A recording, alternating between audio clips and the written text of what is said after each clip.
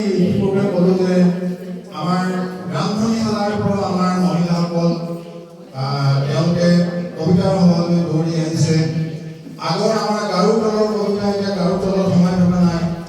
এতিয়া Facebook, WhatsApp, Instagram ইত্যাদি বিভিন্ন আলোচনীত প্ৰকাশ পাইছে। এজন কৰ্মৰত কৰ্তব্যৰত এজন আৰক্ষীয়েও তিনিআলি চাৰিআলি মনত ৰৈ বাতৰুৱাজনক ৰখাই তেওঁৰ কবিতা শুনাইছে। গতিকে কবিতাই বহুত জনপ্ৰিয়তা লাভ কৰিছে আৰু সেই জনপ্ৰিয়তাৰ কাৰণটোৱে হৈছে আমাৰ অসমীয়া কবিসকল। বৰ্তমানৰ সাম্প্ৰতিক যিসকল কবিয়ে কবিতাক চৰ্চা কৰি আহিছে, অসমীয়া কবিতাক জনসাধাৰণৰ মাজলৈ লৈ গৈছে। তেনেকৈ সৰু অসম কবি সন্মিলনে এটা সুন্দৰ প্ৰচেষ্টা তেওঁলোকে চলাই আহিছে। বা যি কি নহওক, এতিয়া মই এই বিষয়ে বেছি নকওঁ। আজিৰ অনুষ্ঠানটো যিহেতু আছে, আমাৰ কবিসকল ইয়াত উপস্থিত আছে, তেওঁলোকে তেওঁলোকৰ মনৰ যি সংবাদ, সেই সংবাদ কবিতাৰ মাধ্যমেৰে প্ৰকাশ কৰিবৰ বাবে আজি ইয়ালৈ আহিছে। আৰু আপোনালোক ইমানখিনি সন্মানীয় অতিথিৰ সন্মুখত আমাৰ কবিসকলে কবিতা পাঠ কৰাৰ সৌভাগ্য লাভ কৰিব, সেয়াই খুব ভাল কথা।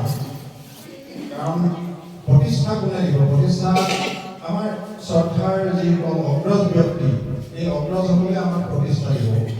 গতিকে মই কবিতা পাঠৰ অনুষ্ঠানটি আৰম্ভ কৰিম। মোৰ হাতত লিষ্টখন অৱশ্যে পৰা নাই আৰু প্ৰতিগৰাকী কবিকে এটাকৈ কবিতা পাঠ কৰিবৰ বাবে অনুৰোধ জনাইছোঁ। আমাৰ দুজন বিশিষ্ট অতিথি আহিছে, শ্ৰীযুত পদনীয় মই মাইক্ৰফোনটো দিছোঁ। ধন্যবাদ সঞ্চালক। অসম সাহিত্য সভাৰ বৰ্তমানৰ কাৰ্যনিৰ্বাহক সদস্য ৰুক্মিণী মহন্ত বাইদেউ, আমি থিয় হৈ চিনাকি কৰাই দিছোঁ। থিয় বাইদেউ, এই ৰুক্মিণী মহন্ত বাইদেউ। আমাৰ মাজত উপস্থিত আছে ডিব্ৰুগড় জিলা সাহিত্য সভাৰ প্ৰাক্তন সম্পাদক তথা অসম সাহিত্য সভাৰ প্ৰাক্তন কাৰ্যনিৰ্বাহক সদস্য শ্ৰীযুত পৰমেশ্বৰ নলবৰীয়া বাইদেউ, আমি তেখেতক চিনাকি কৰাই দিছোঁ।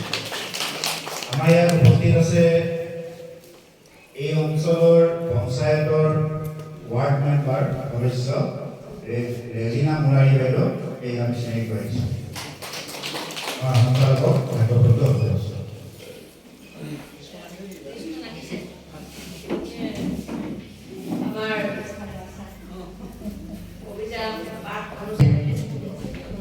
আলু প্ৰশাসনৰ দ্বাৰা কেটুপথাৰ ৰংঘৰী প্ৰাথমিক বিদ্যালয়ত অনুষ্ঠিত। মই কবিতাটোৰ শিৰোনাম দিছোঁ কিয় বাৰু আঁতৰি গলা। কিয় বাৰু আঁতৰি গলা। জীৱনৰ স্মৃতিবোৰ ধূলিত উৰি নাযায়, কথাবোৰ নীৰৱ হৈও নাথাকে, হৃদয়ৰ নিবৃত্ত কোণত সজীৱ হৈ থাকি যায়। আচলতে কথাবোৰ তেনে নহয়। ভাল লগা, ভাল পোৱা সামগ্ৰীবোৰ কেতিয়াবা সময়ৰ সোঁতত পৰি পাহৰণি গৰ্ভত বিলীন হয়। ভাল পোৱাজনক কদাচিতো নহয়। সময় বাগৰি যায়, দিনবোৰ হয়, ৰাতিৰ আন্ধাৰে সাৱটি ধৰে চকামকাকৈ, হাঁহিবোৰ ম্লান হয়, কণ্ঠ নিস্তব্ধ হয়। ভাল পোৱা, ভাল লগাবোৰ অভ্যাসত পৰিণত নহয়। হৃদয়ৰ অনুভূতিবোৰ এবাৰ জন্মিলে আৰু কেতিয়াও নিষ্পভ নহয়। ভাল পোৱা কেৱল আবেগিক নহয়, জীৱনৰ অস্তিত্বৰ এটা অংশ মাথো। সাগৰৰ গভীৰতাক কোনেনো দেখিব। ভাল পোৱা, ভাল লগাবোৰ সময়ৰ সোঁতত বিলীন হৈ যায়। নিৰিবিলি সময়ত সীমাহীন ভাৱৰে হৃদয়ত ক্ৰিয়া,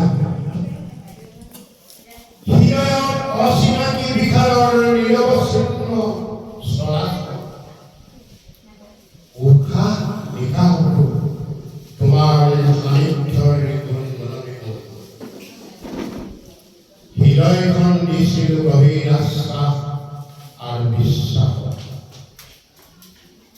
কাষত নথকাৰ অনুভৱ গতানুগতিকতা আহৰণ অৰহ ৰহ হৈমান পৰাম কেনেকৈ হৃদয়খনক তোমাৰ স্মৃতিবোৰে বাৰে বাৰে জাগ্ৰত হয় মোৰ ভগ্ন হৃদয়ত কিয় বাৰু তুমি আঁতৰি গলা কিয় বাৰু তুমি আঁতৰি গলা ধন্যবাদ কবি মিনতি দত্ত বড়ো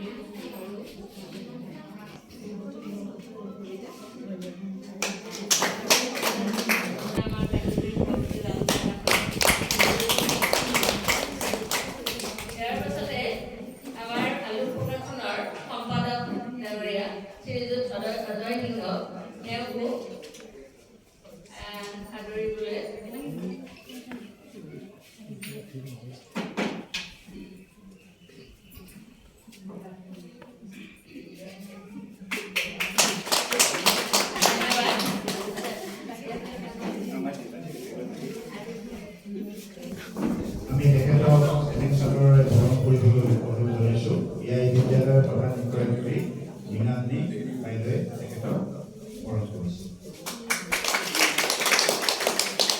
তেখেতৰ লগতে আমাৰ মাজতে উপস্থিত হৈছে অসম সাহিত্য সভাৰ প্ৰাক্তন কাৰ্যনিৰ্বাহক সদস্য অৰুণমীয়া আহমেদ বাইদেউ আমি তেখেতকো মঞ্চলৈ আহিবলৈ অনুৰোধ জনাইছোঁ অসম সাহিত্য সভাৰ কাৰ্যনিৰ্বাহকৰ উদাত্ত কণ্ঠৰে তেখেতে বহু সমস্যাৰ সমাধান দিছিল গতিকে আহিবলৈ অনুৰোধ জনাইছোঁ বৰণ কৰিবলৈ অনুৰোধ জনাইছোঁ এয়া তেখেতৰ বৰণ বিনা বাইদেৱে তেখেতক বৰণ কৰিছে আমি সঞ্চালকলৈ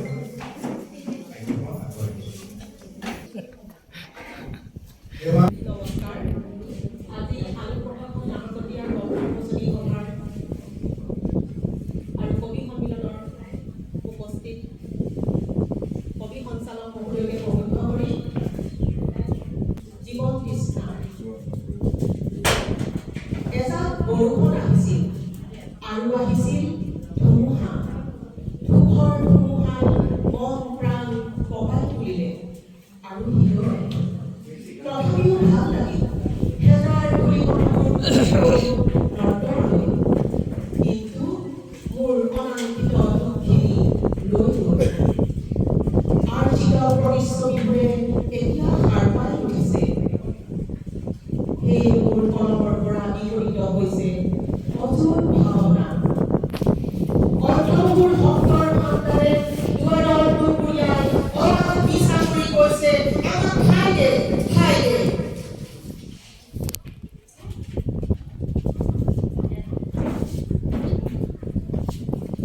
বিশ্বাসৰ অভিধানিক শব্দাৰ্থ বদলি গ'ল বিভীষিকাময় সমাজৰ জীয়াই থকাই কঠিন হ'ল ভয় লাগে বৰষুণ অহাৰ সময়ত অহা ধূলি মিশ্ৰিত বৰষুণৰ দুমাহৰ গোট কি জানিবা বেয়া খবৰে আনে এতিয়া আকাশলৈ চাই ৰৈ আছো অলপ শান্তি ল'বলৈ অমূল্যবোধহীন সমাজত মই জীয়াই থাকিব নিবিচাৰোঁ কাৰণ মই দুই পাৰৰ কবি দিখৌ দিচাং কবি মোৰ প্ৰাণৰ নগৰী সাগৰ চাবলৈ নাযাওঁ মই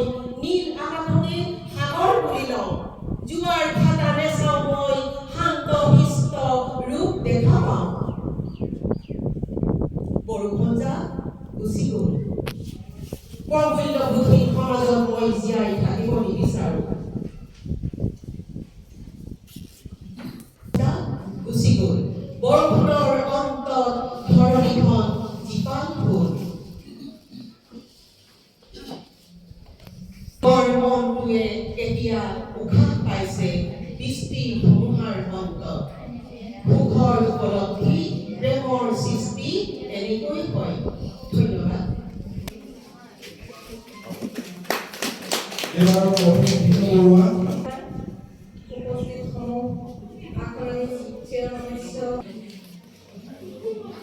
নমস্কাৰ, মোৰ কবিতাৰ শিৰোনাম কবিতা অভাৱ এৰি। পূৰ্বৰে পৰা যদিও নাছিল চিনাকি, শব্দৰ মতে আমাৰ দুয়োৰে মুখামুখি। সিদিনা আছিল ফাগুনৰ আমেজখনা, এদিন লিখা আবেলি। শব্দৰ চন্দনে উপচাই কবিতাৰ আবেলি। গম্ভীৰ শান্ত সমাহিত মুখ চোতালতে দেখিছিল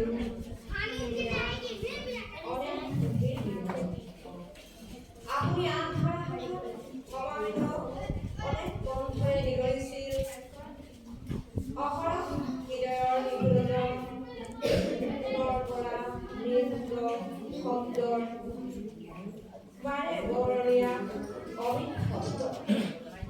শব্দৰ ফাকে ফাকে গীতৰ লহাৰে ভৌতে ভৌ বুলি মুখৰিত কৰিছিল আকাশ বতাহ। দেশৰ কোহে কোহে যেন সেয়া ছন্দময় অনুভূতিৰ কাব্যিক প্ৰবাহ। ফাগুনৰ আকাশত তেতিয়া ডাৱৰ বিৰূপ আনিছিল বজলাৰৰ। ফাগুনৰ আকাশত সকলো চবৰে ডাৱৰৰ বজলাৰৰ। আৰু খুব গধূলিতে নামি আহিছিল ধাৰাৰ বুকুলৈ টিপ টিপ এটা বৰষুণ। কবিতাৰ সন্ধিয়া উপাতে শব্দৰ বৰষুণ। সেই বৰষুণেই কঢ়িয়াই দিছিল ইমান যে হেঁপাহ, হৃদয়ত জগাইছিল ইমান যে উৎসাহ। কবিতাৰ আবেলিটো গধূলি হৈ পৰিছিল। আমাৰ অজানিতেই হাতত ঠাৰে ভৰিত ঠাৰে সময়ৰ দলিচা বগাই পাৰ হৈ গৈছিল ঘণ্টাৰ ৰাজা। সিদিনা কবিতা কবিতা লাগিছিল সমবেত সকলোকে। কবিতা কবিতা লাগিছিল নিজকে। কবিতাৰ সভাত হৃদয়ৰ বাৰ্তা, হৃদয়ৰ পৰা হৃদয়লৈ গঢ়িবা আপুনি আধৰা কবিতা, হৃদয়ৰ বাৰ্তা। নমস্কাৰ। ধন্যবাদ বিষ্ণু বৰুৱা। বিষ্ণু বৰুৱা মোৰ বন্ধুকীয় হয়। হ'লেও কবিতাৰ ক্ষেত্ৰত আৰু চকু দিব লাগিব। কবিতা লিখোঁতে সদায় প্ৰবাহ, কবিতাৰ যিটো ভাৱৰ প্ৰবাহ সেইটো নিয়ন্ত্ৰিত হৈ থাকিব লাগিব।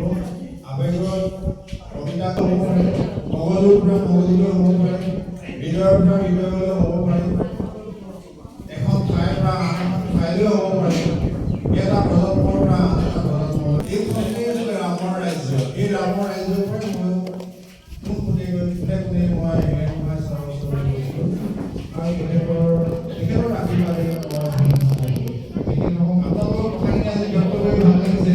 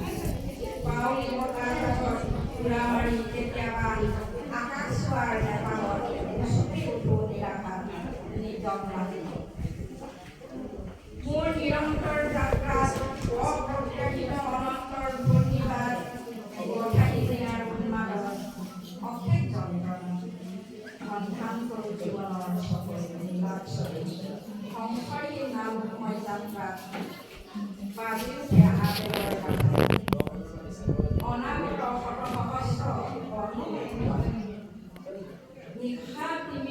পাচোখানি আশা অনুৰাগী প্ৰেমৰ সাগৰত উত্তৰ প্ৰজ্ঞাৰ মানিক মুকুতা ৰাখি ঘৰতে উৰ্বৰ ভূমিৰ বিজয়ত সন্ধিয়া মৰা হবে প্ৰজ্ঞাময় সূক্ষ্মময় ভাৱনা ভুৱা কৰমে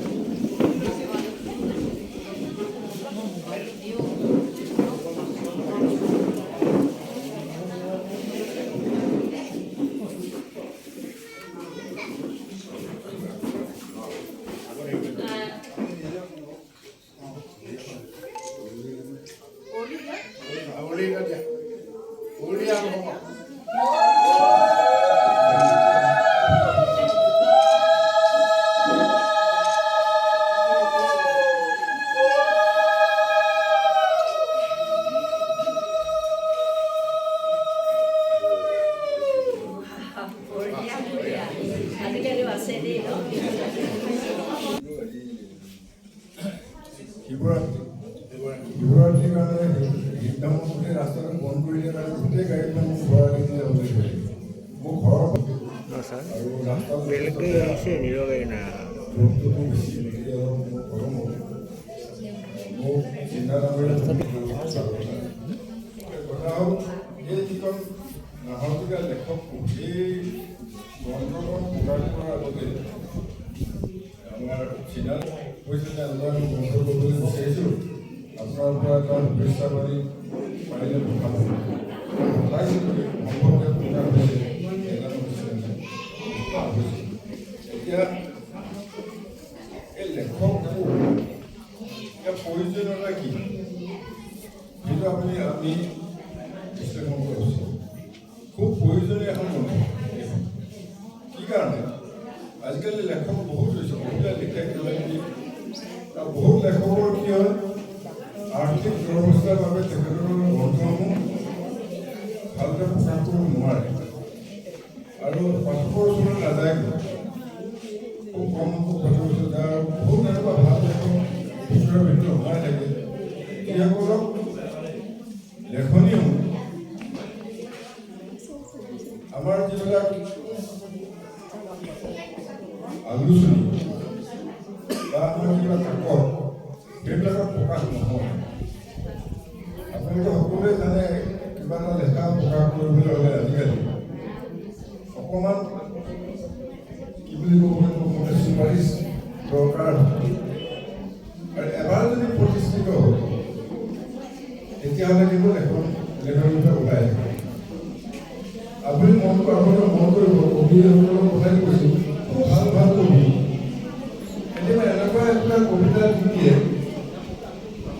আলোচনী বা বাতৰি কাকত যিটো কবিতা একো অৰ্থও নাথাকে একো বুজিব নোৱাৰে এনেকুৱা কবি খুব ভাল কবি খুব ভাল ভাল কবিতাও তেখেতে লিখে সেইটো হৈছে কি তেখেতে আমাৰ ইছলামিক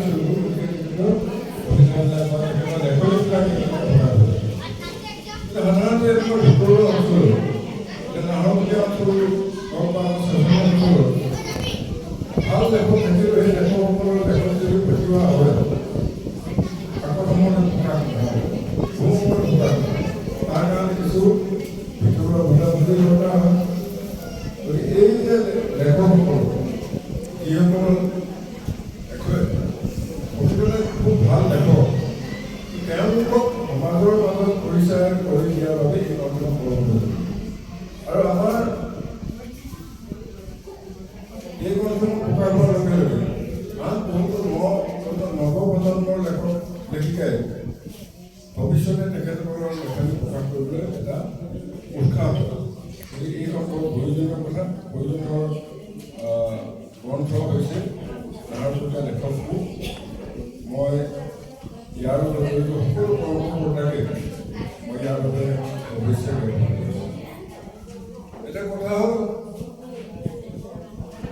এতিয়া সমালোচনা হয় যে অসমীয়া গ্ৰন্থ বহুত প্ৰকাৰ হয় অসমীয়া লেখক বহুত ওলাইছে কিন্তু পঢ়ুৱৈ বহুত কম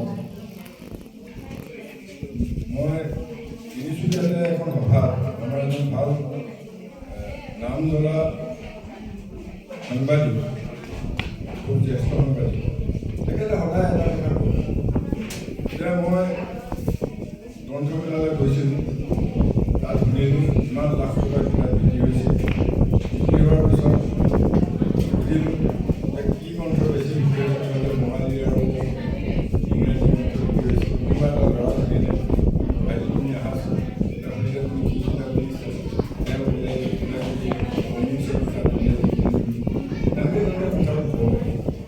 মই আজি প্ৰায় 10 বছৰৰ পৰা তেখেতে এইখিনি কথাই শুনি আছোঁ কিন্তু সেইটো হয় জানো মোৰ কিন্তু বিশ্বাস গ্ৰন্থবিলাকত অসমীয়া গ্ৰন্থ বিক্ৰী হোৱা নাই এই কথাটো সত্য নহয় যথেষ্ট গ্ৰন্থ বিক্ৰী হয় আৰু পঢ়ুৱৈ যথেষ্ট আছে আমি যদি সদায় ঋণাত্মক দৃষ্টিভংগীৰে চাই থাকোঁ সদায় ঋণাত্মকে হ'ব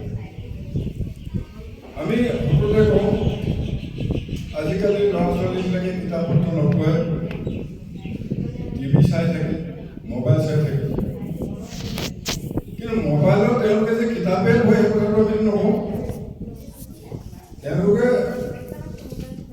প্ৰেছত ছপা হৈ অহা কিতাপখন নপঢ়িলোঁ।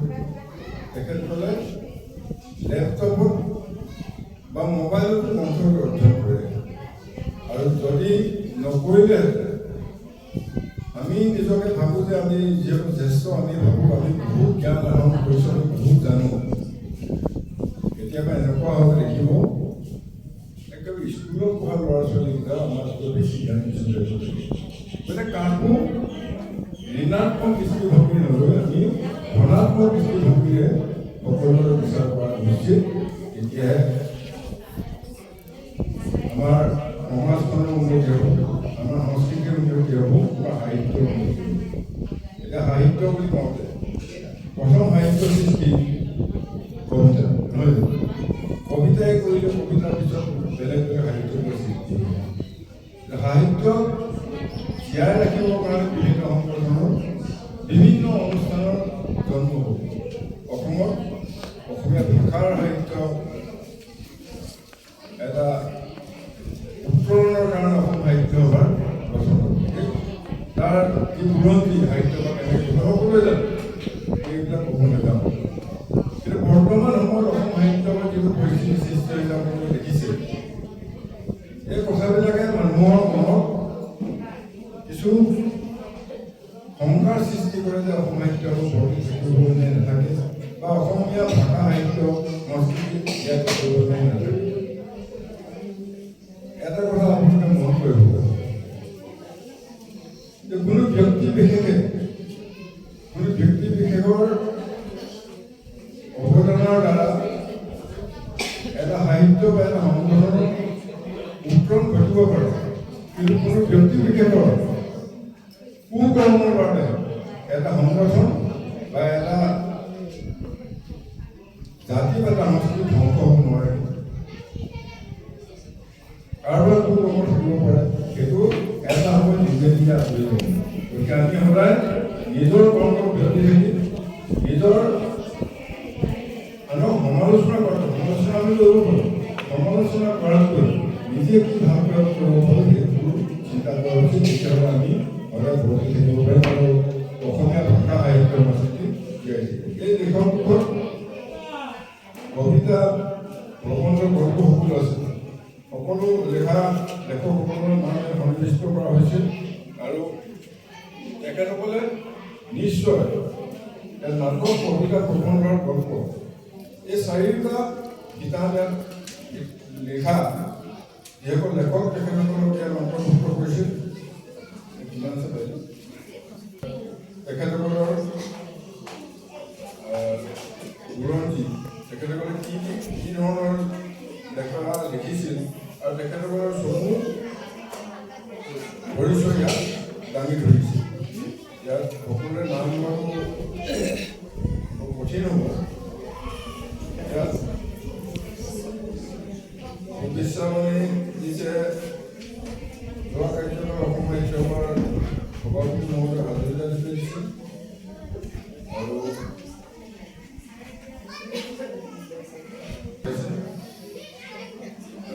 তেখেতসকলৰ কেনেধৰণৰ গ্ৰন্থ ৰচনা কৰি কি কি গ্ৰন্থ ৰচনা কৰিছিলে সেই কথাখিনি সুন্দৰভাৱে সন্নিৱিষ্ট কৰা হৈছে। মই আশা ৰাখিছোঁ এই গ্ৰন্থখনে এই নাহৰকটীয়া অঞ্চলৰ যিসকল লেখক সেইসকলৰ পৰিচয় আমি পাবলৈ সক্ষম হ'ম। আৰু মই আশা ৰাখিছোঁ ভৱিষ্যতে এই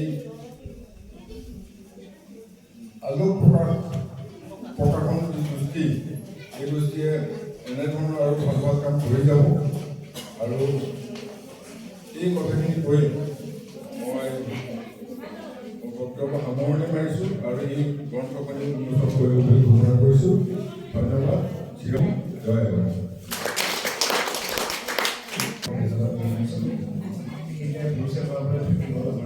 ডিব্ৰুগড় জিলা সাহিত্য সভাৰ আকাশৰ আবাই বা ইলাৱন্তী গগৈ বাইদেউৰ মাজত আছে। আমি তেখেতক চিনাকি কৰাই দিছোঁ।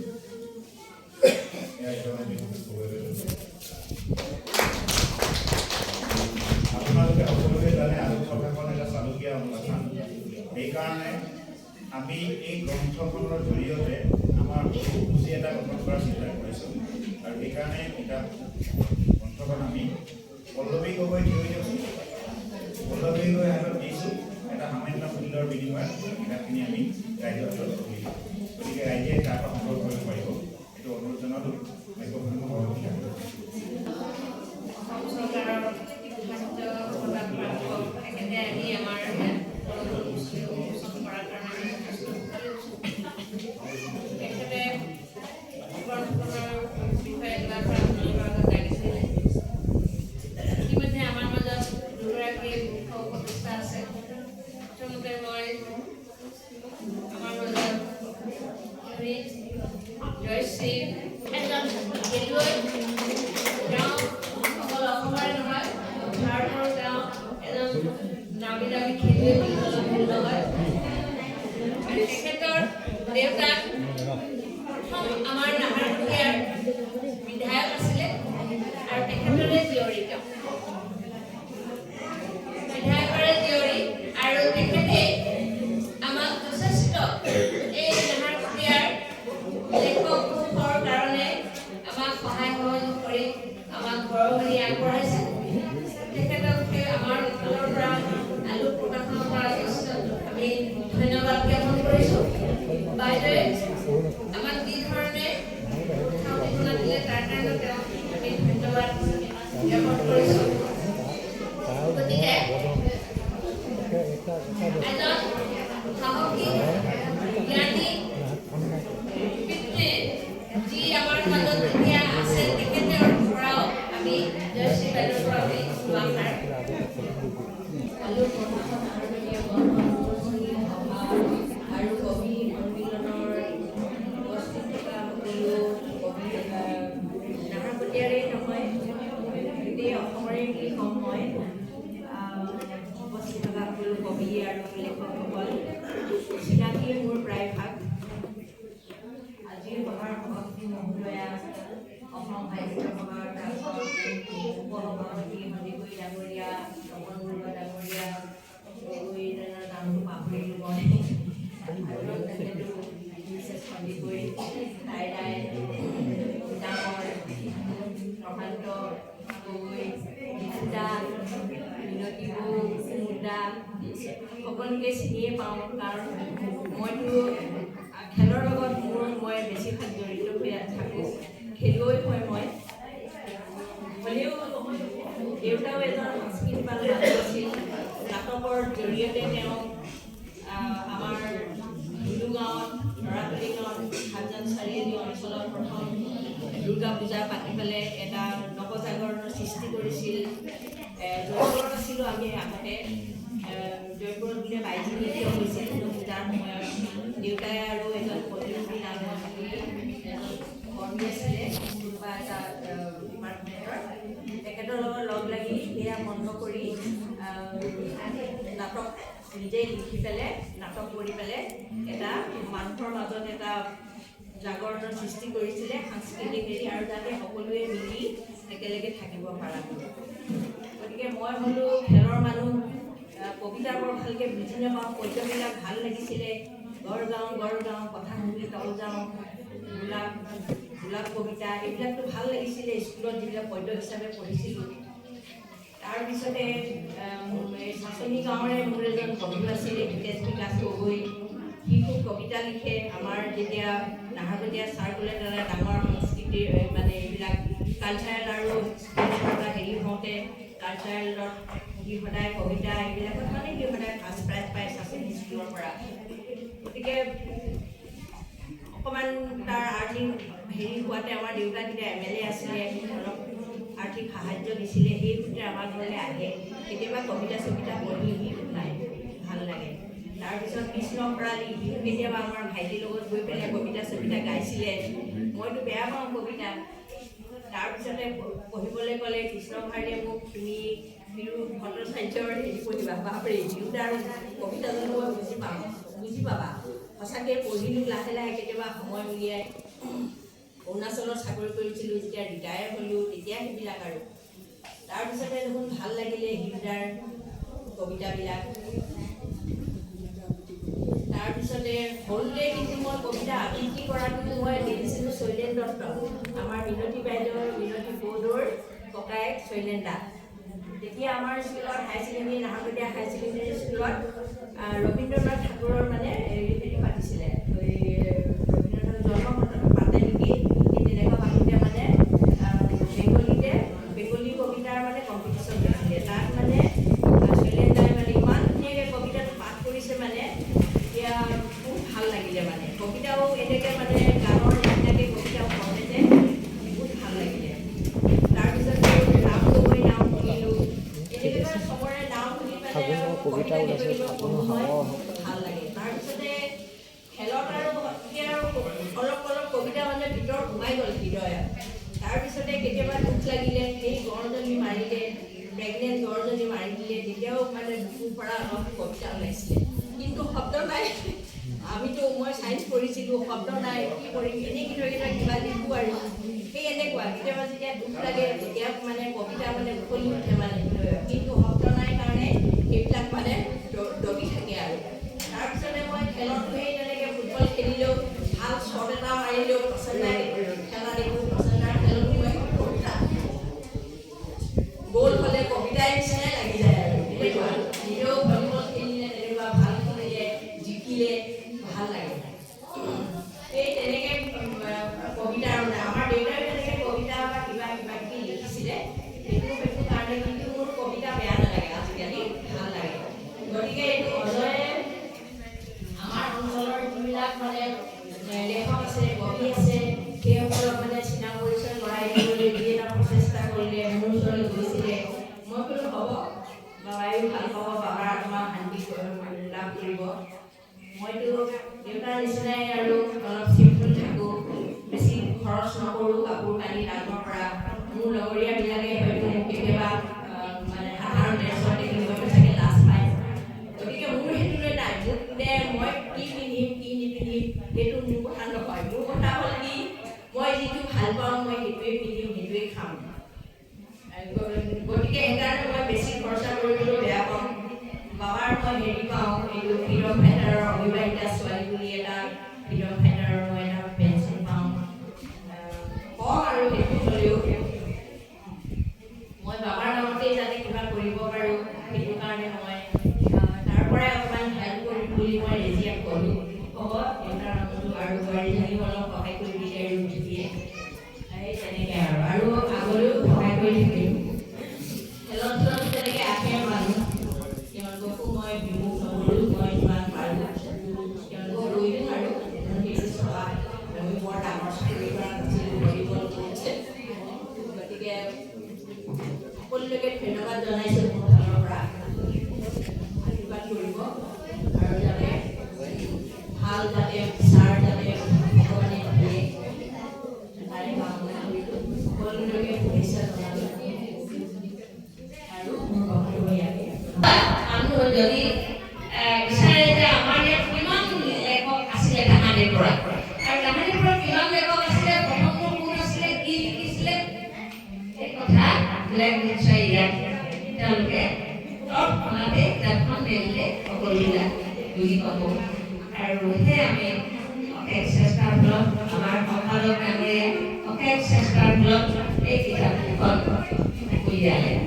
লগতে আমি তেখেতৰ ধন্যবাদ দিছোঁ আমাৰ সম্পাদক ডাঙৰীয়াকো। বিশেষকৈ আমাৰ মাজত এনেকুৱা এটা এই কিতাপখন এখন ইতিহাস বুলি মই ভাবোঁ, সকলোৱে যেন জানক। আৰু ইয়াত কাহানিৰ পৰা লেখক যে আমাৰ নাহৰকটীয়াও আমাৰ লেখক লেখিকা আছিলে, আমাৰ নাহৰকটীয়াও যে শিক্ষিত মানুহৰ অভাৱ নাই, আমাৰ নাহৰকটীয়াত যে বহুতে লিখিছিলে এই কথা সকলোৱে গম পাওক বুলি অশেষ কষ্টৰে এই পুথিখন ওলোৱা। ধন্যবাদ দিছোঁ সকলোকে। আমাৰ মাজত আৰু উপদেষ্টা আছে, তেখেতকো আমাৰ আপুনি হাইস্কুলৰ শিক্ষক মোৰ ককাইদেউ পীতাম্বৰ তাইৰে আমাৰ মাজত উপস্থিত হৈছে। মই অনুৰোধ কৰিছোঁ যে তেওঁ নিজৰ কথা দুআষাৰ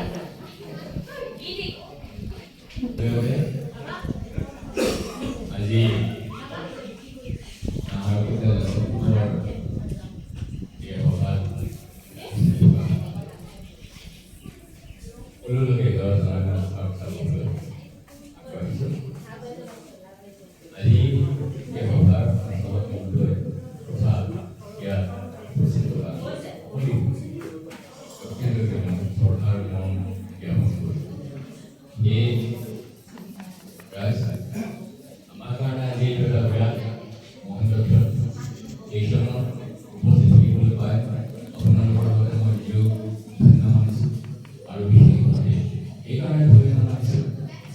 যিটো আগলৈকে নিজকে বৰ অকলশৰীয়া অকলশৰীয়া লাগিছিল এতিয়া মানে অকলশৰীয়া নিজেও অকলশৰীয়া লাগিছিল এই কথাটো এতিয়া আমি সাহিত্যৰ কথাকে আলোচনা কৰিছোঁ সাহিত্য বোলা বস্তুটো কি সাহিত্য বোলা বস্তুটো তাৰ কালত সাহিত্য হৈছে যে আমাৰ এখন সমাজ আছে সমাজৰ দাপোন গতিকে সেই সমাজৰ দাপোনখন যদি আমি চাবলৈ যাওঁ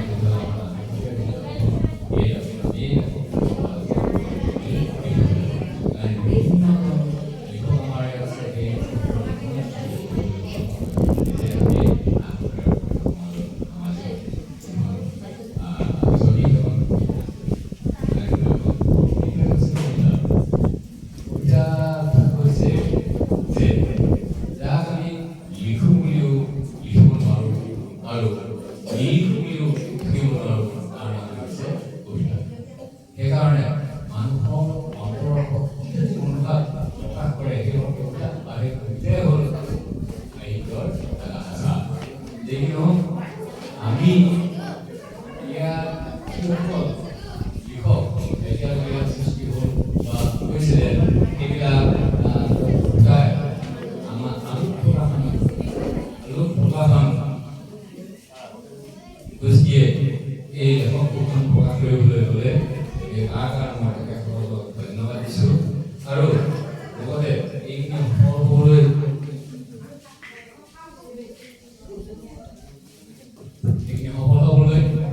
ডিব্ৰুগড় গাঁৱৰ ৰাইজে যিজনে সহায় সহযোগ কৰিলে সেইখিনি কাৰণে মই এটা তেখেতসকললৈও ধন্যবাদ দিছোঁ যিখিনি হওক লিখক হিচাপে কিবা এটা লিখিবলৈ মন গৈছিলে লিখিছিলোঁ আৰু সেইকাৰণে আজি কোৱা যিটো যিখন আছিলে সেইখনকে মই আপোনালোকৰ আগত দেখা বিচাৰিছোঁ এইখনে হৈছে মোৰ আই আহোম সংস্কৃতিৰ জিলিঙনি এখন 2010 চনত প্ৰকাশ কৰিছিল আই আহোম সংস্কৃতিৰ জিলিঙনি দ্বিতীয়খন আছে আমাৰ বিহু বুৰঞ্জীৰ ওপৰত ভুৰুকাত বিহু বুৰঞ্জী বিহু কথা আমি প্ৰায় আলোচনা কৰি কওঁ কিন্তু আমাৰ যে বিহুৰ বিশেষত্ব আছে আমাৰ যে বিহুৰ লতা আছে এই লতা বা বিহুৰ বিশেষত্বৰ কথা আজিকালি কোনো খবৰ পোৱা নাই এই সৰুপুথি তাৰ পাছতে এইখন আছে মেডাম মেফি আৰু আমাৰ আগম তত্ত্ব হ'ল যে আমি ইউনামীয় পুৰুষক বিশ্বাস কৰোঁ আৰু আইতা কৰিলে আমি ব্যৱহাৰ কৰোঁ তাৰ মূল বস্তু যে এই মেডাম মেফি অসমত আছে এই তিনিখন পুথিৰ দ্বাৰা এতিয়া লিখক হিচাপে আলোচনাৰ পৰা এই গৈ এই ভাল ইয়ালৈ আহিছে আৰু প্ৰতিষ্ঠা হিচাপেও ৰাখিছে লগতে আৰম্ভ হৈছে আমাৰ 1951 চনৰ মাধৱী মাধৱ কিতাপখন এইখন আছে গতিকে মই এইখনো প্ৰথম আমাৰ আহোঁতে পুথি এই পুথিখন আপোনালোকক দেখাম বুলি ইয়ালৈ লৈ আহিছোঁ আৰু এখন আপোনালোকক এতিয়া যেই নহওক আমি নাহাকটীয়া এই প্ৰায় লাভী হিচাপে আছোঁ আজি আজিৰ পৰা যে আমি অনুভৱ কৰিম যে আমি অকলশৰীয়া নহয় মই কিছু আগত অকলশৰীয়া হৈছোঁ এতিয়া নহয় যে আমি লেখকসকলৰ জৰিয়তে ইয়াৰ পিছত যিখিনি কৰিব লাগে লিখক লিখিকাসকলৰ হৈ সেইখিনি হ'ল যাতে আমি আগবাঢ়িব পাৰোঁ সেইখিনিকে মই ভঙালৈ চাইছোঁ কমকৈ কৰি আপোনালোকলৈ অনুৰোধ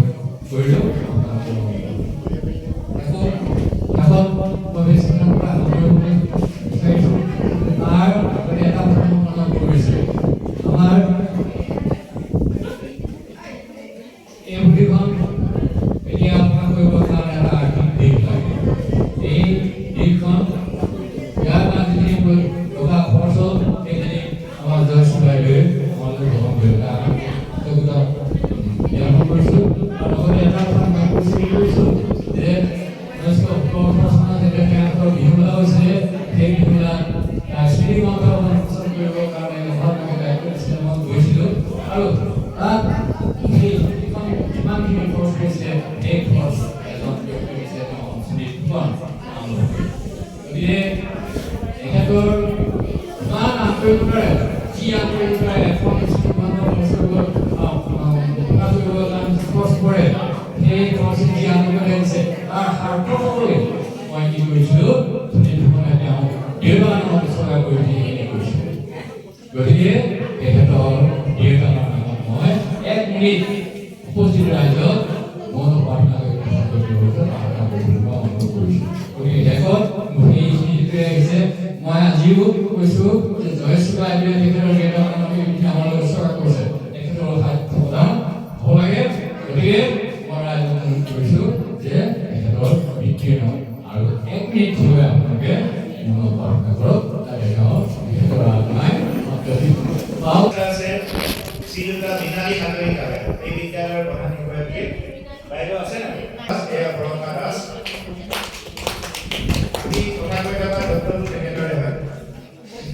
ঠিক আছে, ধন্যবাদ। ইয়াৰ পিছত আছে শ্ৰীযুতা স্মৃতি দাস। এয়া স্মৃতি দাস। আপোনালোকে হাত চাপৰি দিয়ক, হাত নহ'লে বেয়া হৈ যাব।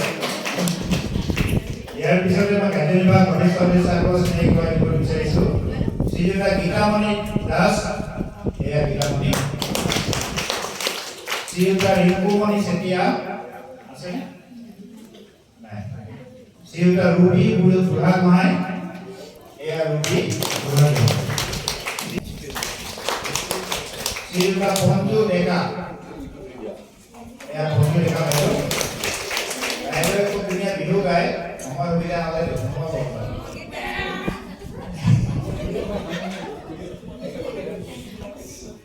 শ্ৰীযুতা জয়ন্তী ডেকা।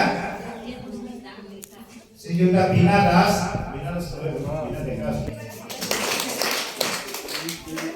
শ্ৰীযুতা ইলাৱন্তী গগৈ। শ্ৰীযুত পাৰ্থৱতী শইকীয়া। শ্ৰীযুতা পল্লৱী গগৈ। ৰাজীৱপৰা আমাৰ বিদ্যালয় সন্মুখৰ ঘৰ গুণৱান শইকীয়া। পৰিধান গাঁৱৰ আই মাতৃসকল সকলো আছে, তেওঁলোকক আপোনালোকে ধ্যান আদিৰে পৰিদৰ্শন কৰিব এখন সকলোকে মই সন্মান দিব পৰা নাই, দায়িত্ব নধৰিব। ইফালে ইফালে কৰোঁতে মাজে মাজে দেখা দিছোঁ বা মাতিছোঁ, সকলোৱে এইখিনি মোৰ কাৰণে ক্ষমা প্ৰাৰ্থনা কৰিম। বোৱাৰী হয়, বজেলি বুলি আমি চুৰে জানো, ডাঙৰ ডাঙৰ হৈ ডাঙৰ বোৱাৰী হয়।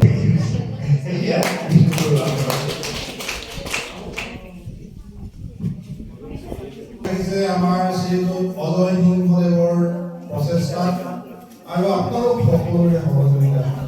আৰু মই এইখিনিতে এটা কথা ক'ব বিচাৰিছোঁ যে অজয় সিংহ ডাঙৰীয়া এনেকুৱা এজন ব্যক্তি, তেখেতে অসম সাহিত্য সভাত গৈ তেওঁ এইবাৰ কবিতা পাঠ কৰোঁতে মই তেখেতক দেখিলোঁ। তেখেতে সুধিছে ডিব্ৰুগড় জিলাৰ পৰা আমাৰ কবি তিনিজন আহিছিলে, কোন কোন আহিছে।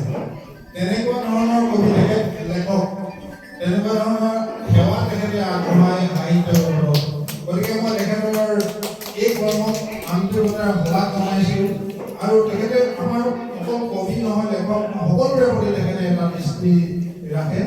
এইখিনি ক্ষেত্ৰত তেওঁলোকৰ নাহৰ বাগেৰে যি দলিল, সেই কত বছৰে লিখি অহা আমাৰ তাইৰাই ডাঙৰীয়া ইতিপূৰ্বে তেখেতে দেখাইছে 1951 চনতে এখন পুথি প্ৰকাশ কৰিছিলে কম গৌৰৱৰ বাতনি। এইটো কোনটো অঞ্চলত 1951 চনত কবিতা মানে পুথি আকাৰে প্ৰকাশ কৰিছিলে।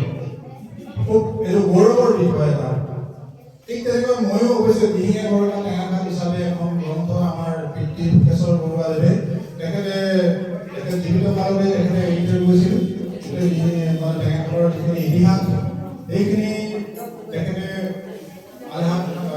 আধৰুৱা কৰি থৈ যোৱা কামখিনি পূৰ্ণ কৰি 2014 চনত দিহিঙে গড়কা টেঙাখাত শীৰ্ষক এখন গ্ৰন্থ মই প্ৰকাশ কৰি উলিয়াইছিলোঁ মোৰ সম্পাদনাত, দেউতাৰ নামত মোৰ নামত নহয়। আজি সেইখন গ্ৰন্থৰ পৰা বহুতে আমাৰ টেঙাখালৰ যিবিলাক ঐতিহাসিক সমল আছে, সেই সমলবোৰৰ ওপৰত তেখেতসকলে লিখি থাকে, কিন্তু ৰেফাৰেঞ্চ নিদিয়ে। সেইটো এটা ডাঙৰ কথা হৈছে। যি কি নহওক, আজি আপোনালোকৰ সৈতে এই লেখক কোষসমূহ উপহাৰ দিছে, মোৰ ভাল লাগিছে।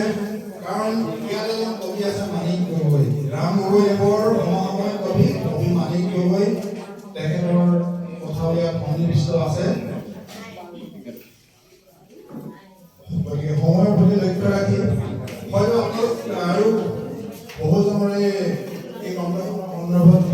বিচাৰি আছিলে মনে ভাবিছিলে যদি আপোনালোকে কম সময়তে কৈ ল'ব পাৰে দেই পাছত ভুল কৰিব নোৱাৰিব যি কি নহওক মই এবাৰ আমন্ত্ৰণ জনাইছোঁ কবি পূৰ্ণিমা চলিহা ভদ্ৰনগৰ নাহাকটীয়া মহাবিদ্যালয়ৰ দ্বিতীয়জন নৱনিৰ্মাণী প্ৰেচিডেণ্ট আছে নানা আমাৰ নাজানো মই এতিয়া গম পাইছোঁ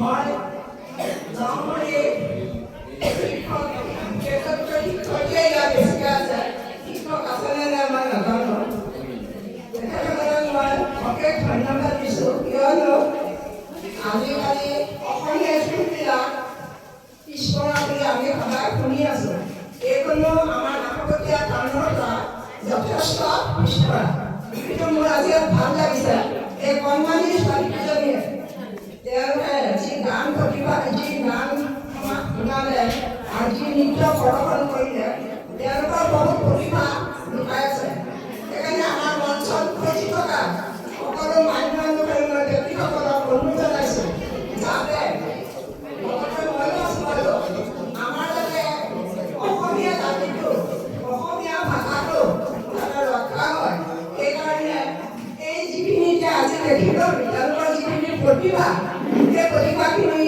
আমি জীয়াই থাকোঁ মোৰ নিজৰ গান আৰু কবিতাটোৰ নাম হৈছে এজাক ধুমুহা মোৰ মূৰৰ ওপৰেদি পাৰ হৈ গ'ল এটা প্ৰচণ্ড ধুমুহা ভাওনাত গাইছিল মোক কিন্তু নোৱাৰিলে উভালিব সৃষ্টি কৰিলে মাথো এটা প্ৰকাণ্ড সাগৰ নহ'ল বিচলিত মই ভাবিলোঁ বুজালো মনত মানুহৰ জীৱনত ধুমুহা আহে ডাঙৰ কথা নহয় ভগৱন্তক চিন্তি নীৰৱে কৰি গ'লোঁ নিত্য কৰ্মী অশেষ কষ্ট অশেষ যন্ত্ৰণা পাৰ হৈ গ'ল ধৈৰ্য নেহেৰুৱাই আগবাঢ়িলোঁ এখন দুখোজলৈ জীৱন কাটাৰ লক্ষ্য এটাই কৃতকাৰ্য হ'ব লাগিব জীৱনত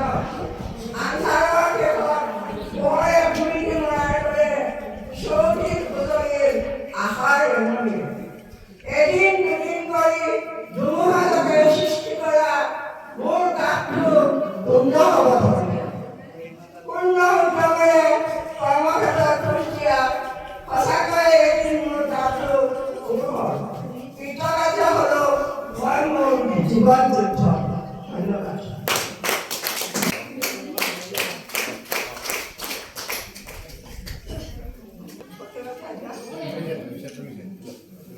এবাৰ মই কবিসকলক কোনে কোনে আহি কবিতা পাঠ কৰিবলৈ প্ৰাক্তন প্ৰেমিকৰ হৃদয়স্বৰ ভুল বুজিবা অহং লাউকলৰ পৰা ওলোৱা পৰকীয়া নেৰাৱতী কথাবোৰ দৃষ্টিহীন মৰুভূমিলৈ নাযাওঁ তুমি নাহিবা আকৌ পুষ্টিহীন সময়ে যুগুতাই দিয়া স্বপ্নবিলাকী দুখনমান যন্ত্ৰণা চাবলৈ পাঠ কৰিছোঁ ভাল লগাৰ পৰা ভাল পোৱাৰ আধা বয়স নহওঁতে কেনেকৈ ফুল গধূলি হেনাল পোহনীয়া চিন্তি ঘাটি ডিঙি জঞ্চল চিঙি কোন চিত্ৰকাৰৰ বিমাত্ৰা চাউনীয়ে কাম কৰোঁতে হৃদয়ৰঞ্জন কৰিলে ৰঙীন বৰ্ণমালা কোনেও দেখে কুমাৰী মাটিত যেতিয়া জোনাক মাৰে অপ্ৰাপ্তিৰ অনুভৱৰ জোপোহাত কেনেকৈ চকৰিচতা ঘৰচীয়া সপনে পৃথিৱী কৰে ঠিক সত্যদৰে জলত থকা সপোনৰ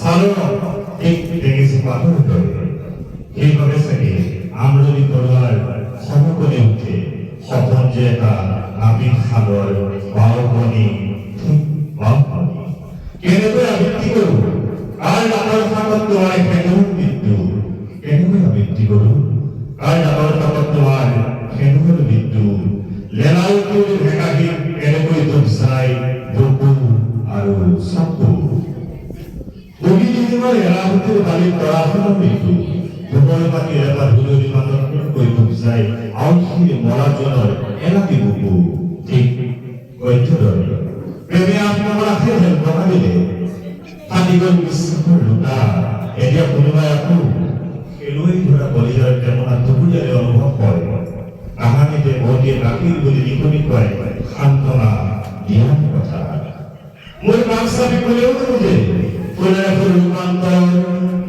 জানিবতো লাগিছিল কটা ঘাঁ খোজ বগা একলা শুনিবতো লাগিছিল বাজাৰে গাঁৱৰ সত্ৰৰ নিলিখা শতাব্দীৰ গান শুনিবলে ঠিক অগ্ৰহৰে প্ৰাক্তন প্ৰেমিকবোৰ সঁচাকৈ মিতস্বৰ টুকটুকীয়া মৰমৰ ফুলত মাৰিব লাগে জাল বিয়াহৰ বাটত দেখি ইখানৰ দাঁতৰ হাল তোক নাথাকিলে চুচৰি আমাৰ ৰাতিটো নমি সপোনটো ভুকুতি থকাটো ভাল কিমান নাথাকি বহুদিনকে সত্য জোগা কৰি ভোক মৰা আহাৰকে লয় তৃপ্তিদায়ক কৰি আকৌ লগ পালে শুনিবা এনেকৈ শব্দৰ উপসভা আশীৰ সকলোৰে আন্দোলন কৰিব পদবিলাই হ'ল কুমাৰ আলি কথা নকৰিবা নকৰিব সকলে মই থাক পাওৰা বহুতে জানে বৰফৰ যুগ পানীৰ প্ৰদান কৰা এই গুৰুৰ অভয় নাৰীৰ আত্মগাথা সুবিধা হ'ল ইতিহাসৰ কথা পাতি সংগঠনৰ পিয়নে কেনেকৈ হ'ল একো একোজন নেতা কিমান জনাত বিনিময় কৰি শক্তিকৰ বঁটা ধন্যবাদ ধন্যবাদ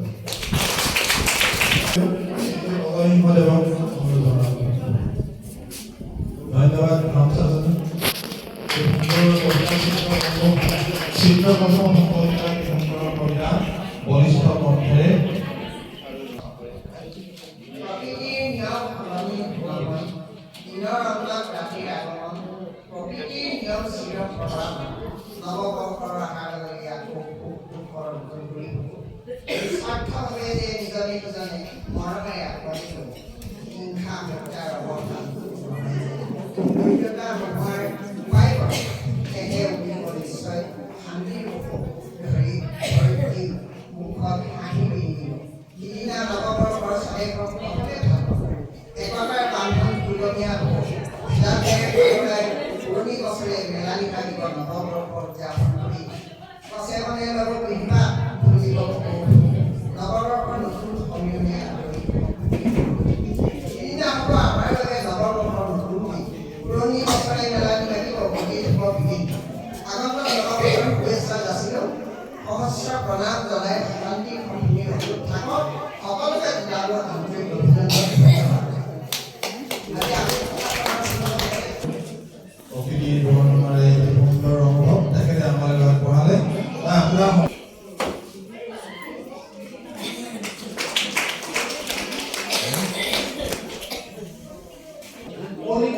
কলিকাল দিন ৰাতি নাযায় ভাল সকলোকে চমকাই মোৰ আশা ঘৰ মোৰ ৰাজনীতি ভাল ইচ্ছা নাই ইচ্ছাতে সকলোৱে মুক্তি খায় হত্যা হিংসা ধৰ্ম যুৱতী এবং ধৰ্ম ফলত ত্যাগৰ দিশত সকলো ভিন্ন হ'ল কলিৰ যুগত পৰম যেনে উপমান ঘৰ কৰি পৃথিৱীৰ ৰাজনীতিক ভাগ ভাগ হ'ল দেশ জাতি ধ্বংস হ'ব নাৰী সংসাৰ সকলোকে দেখিছাৰ দেশত নানা অত্যাচাৰ নাই কোনো শিষ্টাচাৰ বাদ বিবাদ প্ৰতিবাদ অপৰাধ উগ্ৰবাদ হত্যা হিংসা চুৰ চাকৰি আৰু ডেৰাইনি সকলোকে জনাল কি পূজা হ'ব ধৰিছে কলিৰ যুগ ধন্যবাদ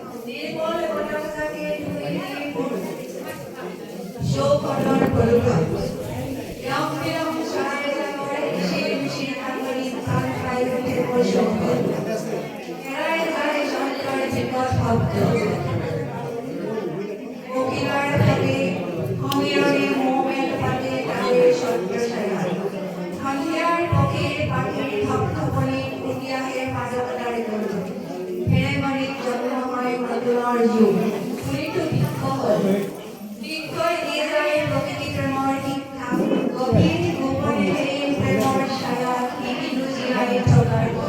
গভীৰ কণ্ঠ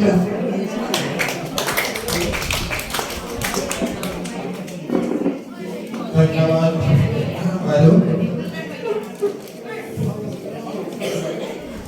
মই আপোনাৰ সমতা পত্ৰখন বেগম বাইদেউ হাতেৰে গ্ৰহণ কৰিবলৈ অনুৰোধ জনালোঁ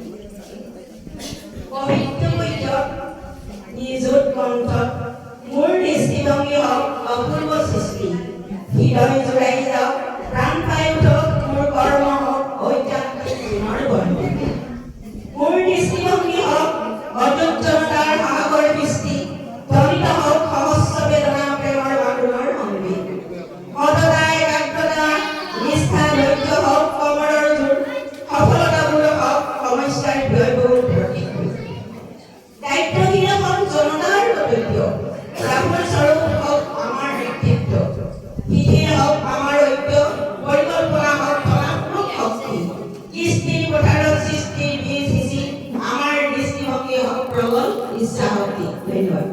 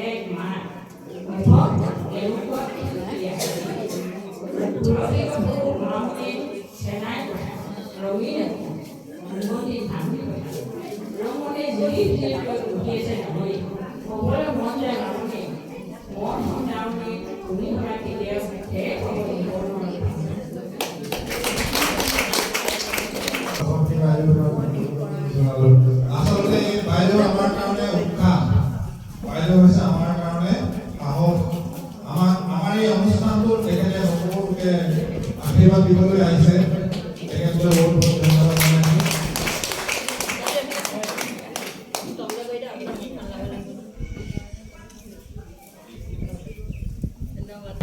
শব্দ প্ৰণিপাত জনাই তোমাক জনালোৱা ধৰণে এই অভিভাৱকসকল আপোনালোক সকলোলৈ প্ৰণিপাত জনাইছোঁ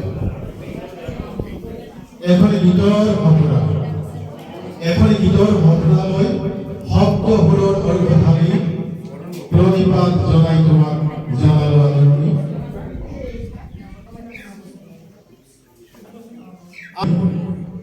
জাতি ধৰ্মৰ সম্প্ৰীতি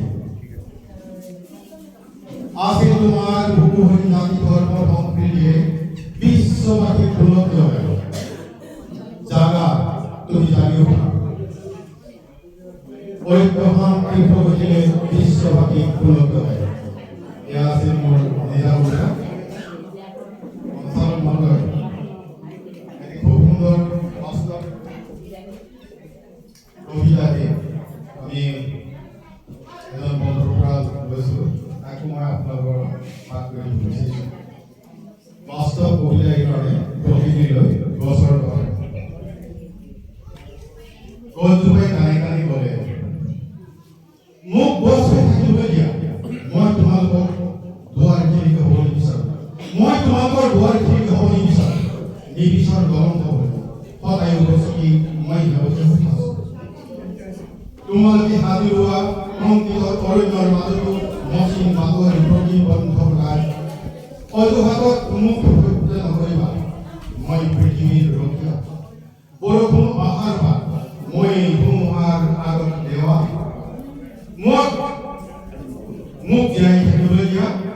মোক গছ হৈ থাকিবলৈ দিয়া মই উশাহ লৈ তোমালোকক উশাহ দিম মোক দিয়া প্ৰতিটো আঘাত তোমালোকৰ বাবে মুকলি হ'ব মৰুভূমি অহাৰ মোক জীয়াই থাকিবলৈ দিয়া মোক জীয়াই থাকিবলৈ দিয়া